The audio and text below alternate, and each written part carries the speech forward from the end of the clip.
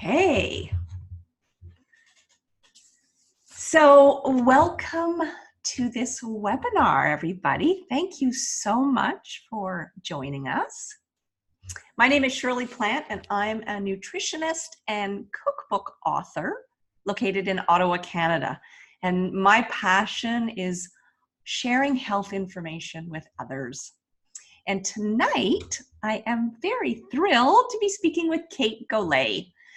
Kate's the author of Raising Healthy Families and Unhealthy Times, and she and her husband Anthony are the executive producers of the film Overfed and Undernourished. If you haven't seen that film, do yourself a favor and rent it, buy it, watch it with your family, your kids. It's amazing. Kate and Anthony have also created an amazing online health portal called the Tribal Wellness Movement, where they help thousands of people, families from around the world attain their wellness goals. And Kate has also created the Empowered Women's Project, where she and others empower and mentor women to do more of what they love and get paid for it. I love this. Kate's passion has always been around health and wellness. She and Anthony ran 5 wellness clinics on the Gold Coast in Australia. She's a mother of 3 beautiful, healthy children, and she's here tonight, to share her wisdom with us. Welcome, Kate. Thank you for being here. Thank you so much for having me, Shirley. I'm super excited to be on with you. And I don't know how you do everything. You are a multi-faceted woman and you do lots. So let's chat about that, because parenting is not always easy. Kids get sick. Kids are picky. Sometimes parents are working full time. You know, how do you have time to do it all, to make healthy meals on the run, prepare, healthy meals that everybody's going to love, right? So right. I'm just gonna leave it to you, because you're the mama, you're the one.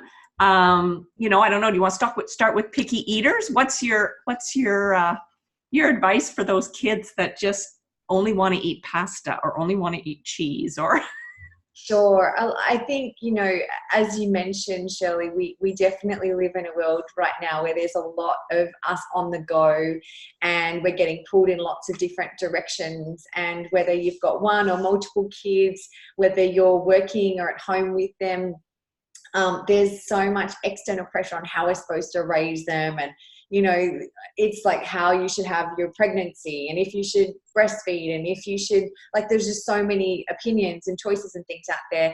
And I think sometimes it can be overwhelming as a parent, because you're like, oh my gosh, I don't know if I'm doing this right. And I still have moments where I'm like, I'm definitely not doing this right. But I think the first thing that I think that is really important about raising a healthy family is, first, you've got to be a bit kind to yourself. I think we're really hard on ourselves, and we beat ourselves down from some of the moments where we might lose our cool, and then we're not showing up as the best example for our kids. Our kids are pretty resilient. And, I think that the most important thing is that you just take everything in your stride, and you don't get so stressed about all the things that you should be doing, because that just spirals into the energy of your entire family. So I'm really big on have less rules, but have some, I guess, guiding principles that you and your family live by that make it really easy to make decisions. So I think, if you try and have everything done and you try and be perfect, you're just going to create too much stress. So if you can have some principles as a family, as a mama, with your eating, the way you go about your day as a family, then I think that sets a really nice foundation for all the other things that, you build on top of that. So I found something that we talk about, and we spoke, my children are now 7, 9, and 11. And I actually was just going through some photos of my daughter, who's our youngest, and we would go to the organic farmers market every Sunday where we used to live, and we'd buy all this beautiful produce, and there was a picture of her munching on a big head of fresh broccoli. And then I was literally cooking dinner the other night. She would have been maybe 10 months old at the time, maybe 1 year. And I was cooking dinner the other night, and she's literally got the broccoli and she's like eating it before I can put it into the to stir fry it. And I was like, "Oi, what are you doing?" And I was like, "Wow, okay, there's some habits that we started early, and and now that's kind of how she is." But I also get the majority of families that I speak to, that's not how it started, and so we're really big on meeting you where you're at. And helping you make the little upgrades and changes, I think, in your lifestyle. And so a couple of things I like to talk about, a principle that we like to talk about in our family, and it's something that we spoke about in our documentary, Overfed and Undernourished, is one little principle is let's have foods that are closer to the sun. Right. So it's real simple. Like you can look at something and go, all right, my kids like pasta. All right, well, what's a kind of pasta that we can have for the kids that's maybe a better choice than what we're currently doing right now, right? Because you've got rice pasta, there's quinoa pasta, there's all sorts of, there's pasta with spinach in it, there's gluten-free pasta, like there's so many things that you could kind of go along and up the line with. And I think that's where, just start somewhere. Look at what's going on in your family right now, and if it's not ideal or you would like to make an improvement, look to make a little improvement and stick with it. Because some people, I feel, it's like mum will eat this healthy dish and then the rest of the family will have that. That's not sustainable. It's not teaching healthy eating cultures in your family. So you want to look at little changes. So I'll say to the kids, now, is this food closer to the sun or further away? And they're like, it's further away. So what's that going to do to our body? It's going to take energy away from us. So just teaching them that kind of stuff, they're so intelligent. If they're at an age where, they're kind of kicking into school, or even from 4 and above, they understand if we teach them that certain foods make our body and our cells happy and smiling, and other foods and choices kind of, take energy away from us. So that's one little thing. If you're looking at, I don't know, say your kids like ice cream, for example.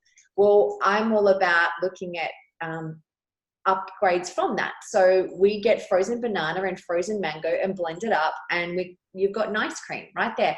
We have kids come and visit our house and for sleepovers and things like that, and they have no idea what I'm giving them. They sometimes they'll make it with me after that. Oh my gosh, that was so good. I'm like, cool.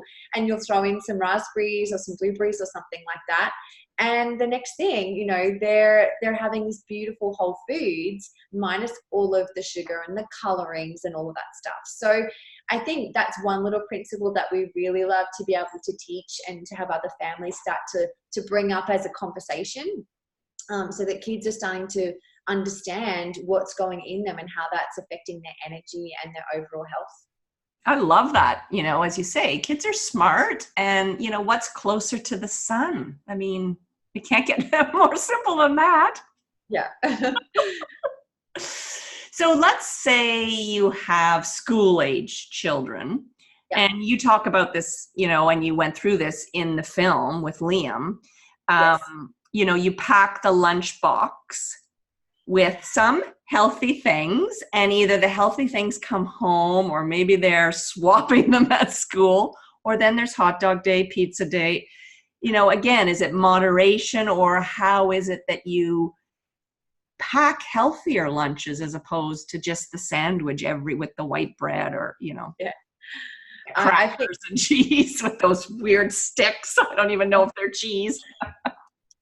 Yeah. I think, we're creatures of habit. I know for me, I often will buy the same things, or I'll make the same things because it's just easy. And you're like, that what you need to make it, or whatever it is.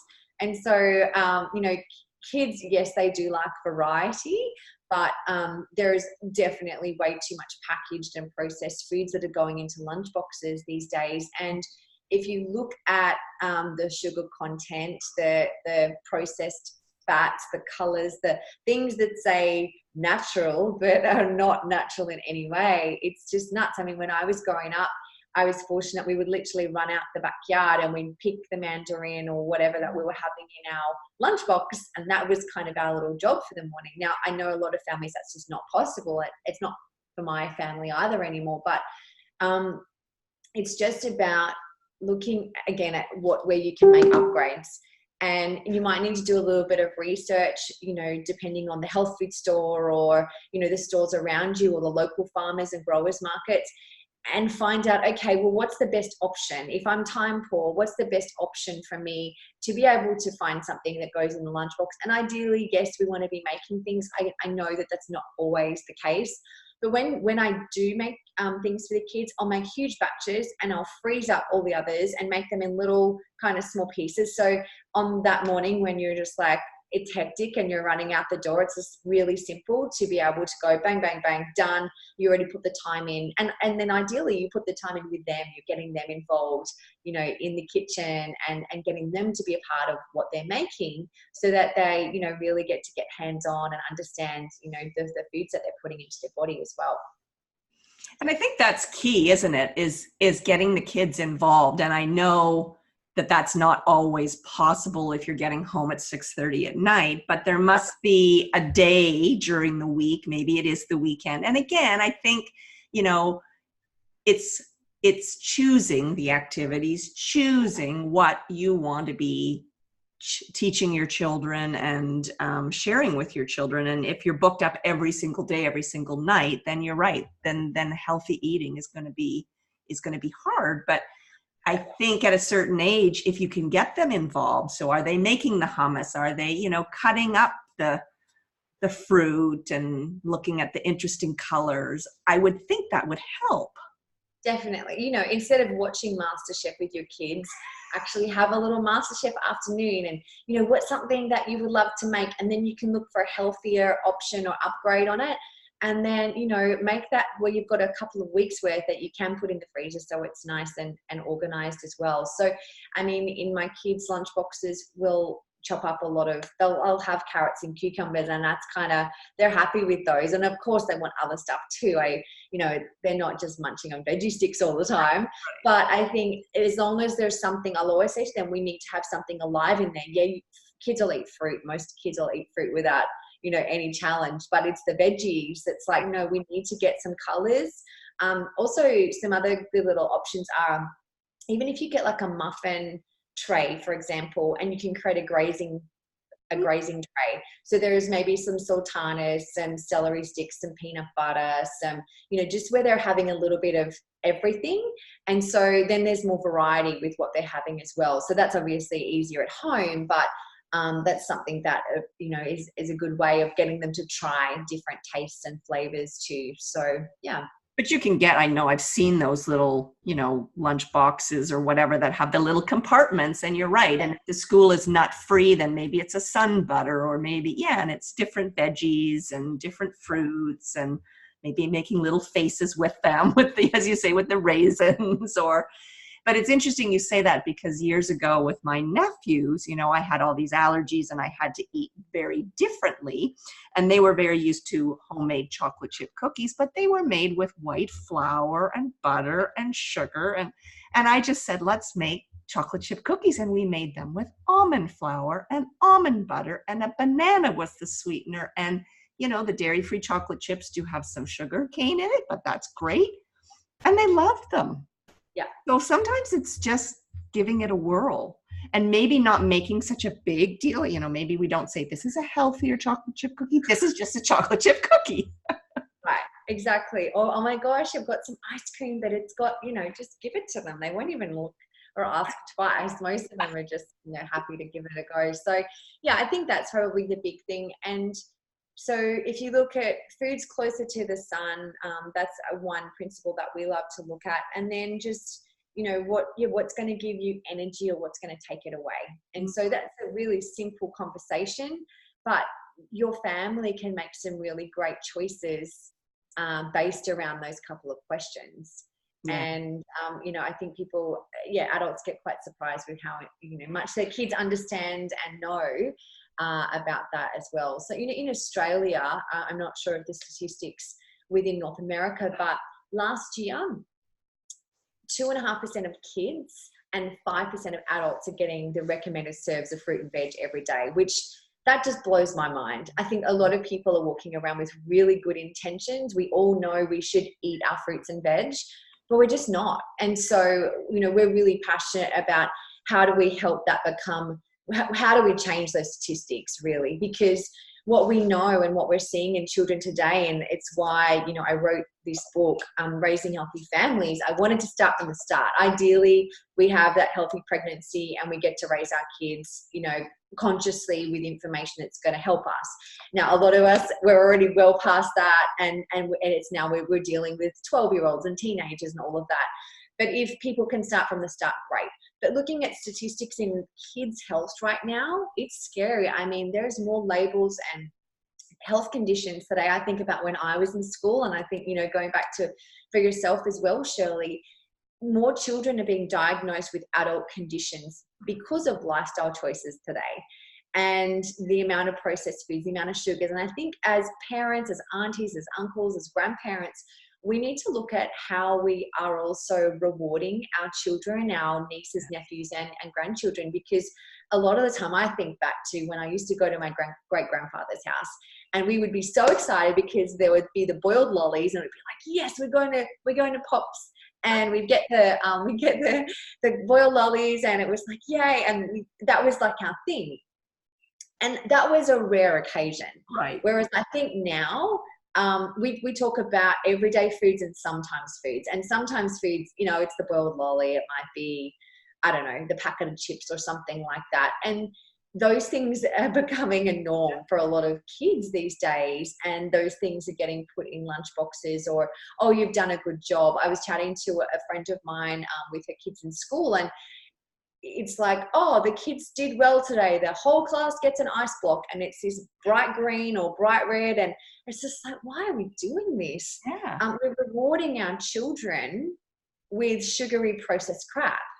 And we're setting them up to go, if you do good, you should reward yourself with that. It's like, doesn't make any sense. So that culture changes with us first, because then we can reward our children, this next generation, quality time, going out, hey, oh my gosh, I'm so proud of how you did today. We're going to go to the park this afternoon, or this weekend we're going to, you know, we're going to make those beautiful, just changing that, because my kids have never been to McDonald's or Hungry Jack's or anything like that, except to go to the bathroom. That's the only time we've ever walked in there. And I remember my son saying to me, Mum, if I get invited to a birthday party at McDonald's, I'm not going. And I was like, cool, that's good. But, you know, there's some people go, well, I don't take my kids to fast food restaurants. Cool, but where else are we slipping these things in? Even, I don't know if you call them juice boxes. We call them poppers in Australia, you know, full of sugar. And it's just an easy thing to grab it, chuck in there. Like, there's even at my children's sport, I'm seeing kids drinking Gatorade and all of these things, which are just so bad. Have some coconut water. Like, they don't have to have that stuff. You played so well today. Here, you need this. It's crazy. So that has to start with us first. And then that filters on down, because we're the ones buying it. We're the ones putting things in the trolley. And we're the ones teaching them that, hey, good job, you deserve this now. And I just think that's crazy. And that's what I love so much about the tribal wellness movement, because there are some parents of no fault of their own that maybe that's the way they were raised, and they just are following and going, as you say, to the grocery store and putting, you know, and maybe it is a treat, maybe it's not every day, but it is the store-bought cookies, the store-bought muffins, the juice boxes, which they say, well, it's all fruit, but guess what? The fiber's not there. It's pure sugar. You might as well have a pop. But they don't know. They really don't know, and it's not taught in schools. And so that's why I love that, you know, you put this together, that people can to get this information. And that's really why I wanted to do the webinar and just do more of them, because I think parents are struggling. They're saying, well, maybe that, you know, that's what I ate, or that's what all the other kids are eating at school. I don't want my kid to feel left out.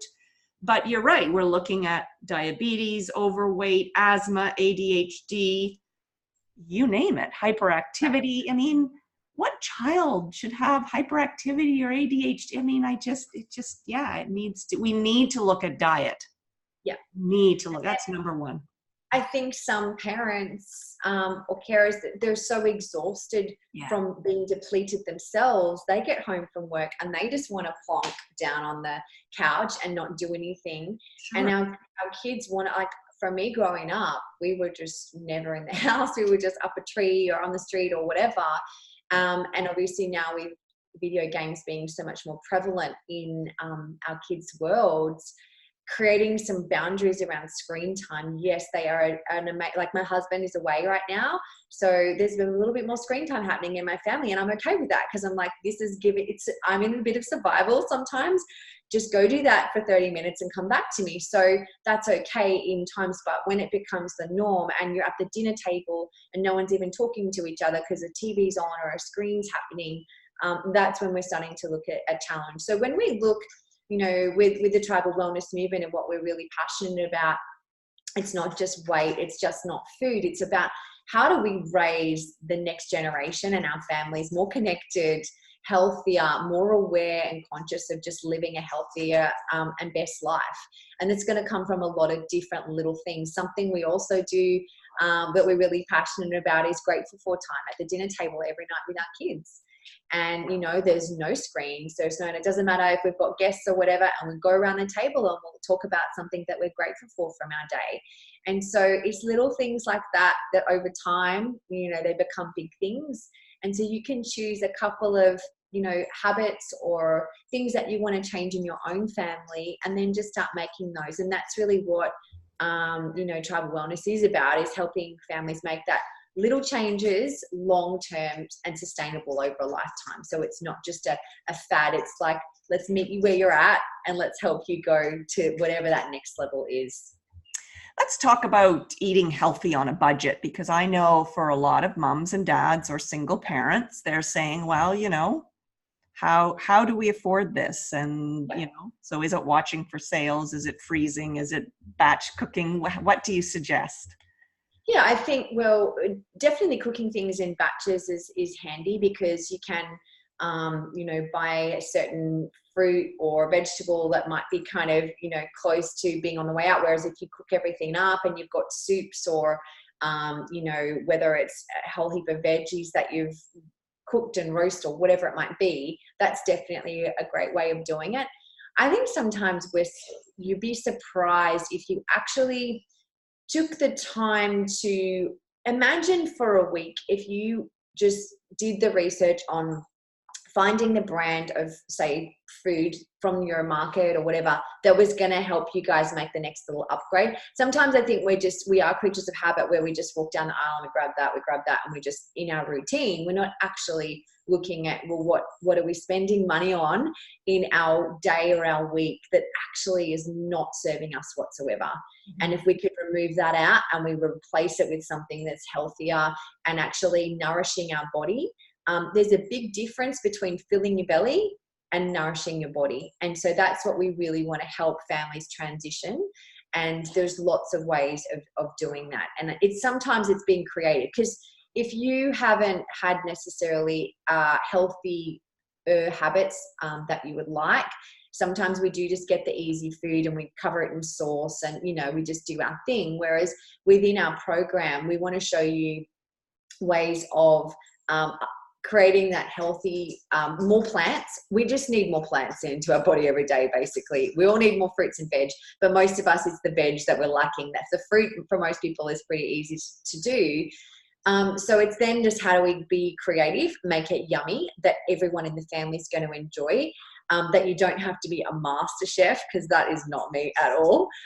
It's got to be simple and easy, and it's got to taste good, right? So that's what we're all about, and helping you create that for your family and make that little step up. So it's definitely, you're going to have to plan ahead a little bit to develop some new habits, but then it's so worth it, because then all of a sudden you've got a new normal, and then new habits just become what you do every day. And I think that's it, actually writing down perhaps a shopping list and looking at what's on sale. Can you we're now going into winter, you guys are going into summer, but, can you make a really healthy soup and, that's chock full of veggies, maybe some beans, some lentils, whatever, that's going to be sustaining.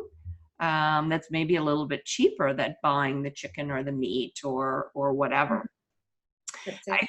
think a lot of parents too, they say to me, well, my kids are in activities every night, so how do we possibly, and I know you're good at this because, you've got 3 different kids at different ages. So, if you're going all over the place, what do you recommend? Do you recommend making some little energy balls or some smoothies or what? Because you're right, you can't necessarily make a home cooked meal every single night, but we don't want you going through McDonald's on the way home either. Exactly. Yeah, we always have some balls or smoothies are definitely the go-to when we're in a hurry.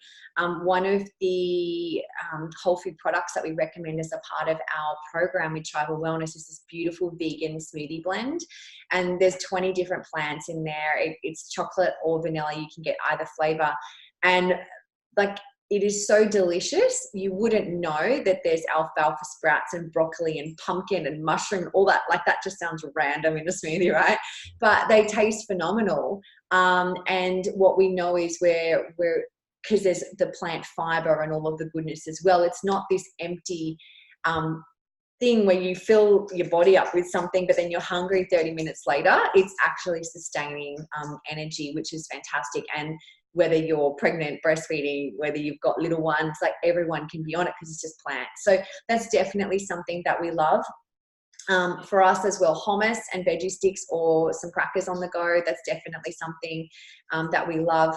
I guess I'll just comment on the activity thing if I can, because I have observed that some families feel like they need to give their kids what maybe they didn't, or they feel like they didn't have growing up.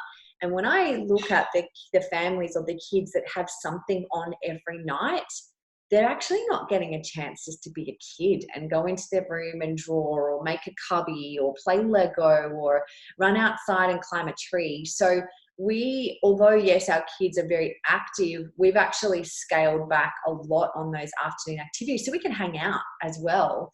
And not just be like, right, we've got to get to here and there and hurry up, we're going. It's just like, we're almost putting on them our own stressful life that we might be living onto them as well. And I just don't think that the more activities doesn't necessarily mean a happier, more fulfilled child.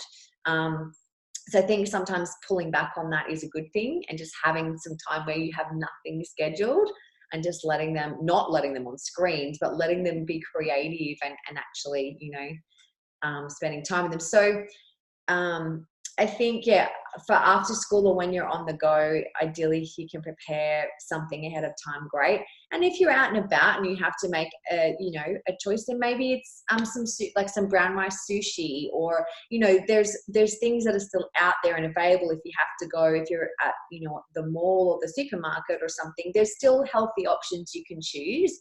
And then it's just about asking the kids, all right, well, is this close to the sun or not? Is this going to give you energy or not? Is this going to help you with your athletics race you're preparing for, or is it going to take it away? And so it's just showing them what's going to nourish their bodies. And something that, because our program is based around families, we're really passionate about families making the change. Those statistics, what we're hearing in Australia around the fruit and veg consumption, I can't say that it's the same in the US and Canada, but I know the trends would be very similar.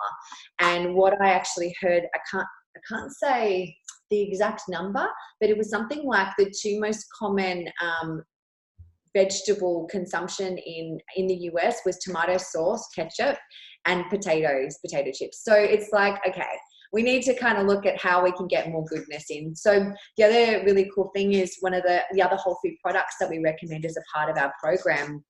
It's just a blend of whole foods. So it's 30 different plants, fruits, veggies, and berry that are picked at their peak of ripeness. And then they literally, if you go to the supermarket, you'll see all of the produce there and it looks great, but we don't know if it was in cold storage, how long ago it was picked, if it was gas ripened or vine ripened. So even for those of us that are doing our best to eat well, unless you go to a local farmer's market, if you have access to that, the produce that you are getting from the store, we just don't know how fresh it is or the nourishment that was in the soil and everything prior. So what these farmers do, they'll pick the produce, whatever it is, at the peak of its ripeness, not when it looks good to go on a shelf. And then what they do is they literally blend it up, so the skin, the seeds, the pulp, everything, and gently take the water out, and you're left with this beautiful whole food powder. So for myself, like knowing that every day my body is getting 30 different whole foods and plants into my body from the get-go. There's no fillers or nasties or anything like that, but it's setting up a foundation, and then everything else I do on top of that, my smoothies, my salads, all of the other things, are that extra nutrition for my body. So any adult that is a part of those products, they can sponsor a child between the ages of 4 and college age for free to go on to their own products, which I think is amazing, because what we're seeing is that when the body is getting what it needs at a cellular level first, the body starts craving more of the good stuff. So we're getting the kids that it's the potato chips and the ketchup, or the tomato sauce, or the apple that they'll have. And all of a sudden they're asking mum or dad for a carrot or a cucumber, and parents are like, what is going on with my child? But it's because they're actually getting at a cellular level the nourishment they need, and their body's naturally craving more. It's like if you drink coffee, you're going to want more of it. If you have sugary foods, you're going to want more of it. If we actually put more good stuff in, we actually will start craving more of it. But it's like, how do we be creative with that? And so that's really what the program is all about. And helping families, regardless of how old their children are, to raise the next level for themselves and their health and vitality. And I love that, because most of the goodness is in the peel, the seeds, the pith, and that's the stuff that usually, you know, when we're chopping the broccoli, ggets thrown out, and the kids certainly are not going to want that part, but Really? they don't even know. I mean, that's amazing. Yeah.